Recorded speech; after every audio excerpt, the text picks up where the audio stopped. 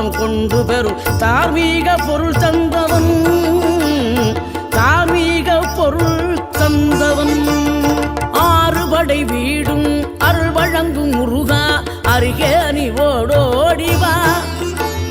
மூவிரண்டு முகம் ஜொலிக்க 2 கரங்களுடன் ஆதர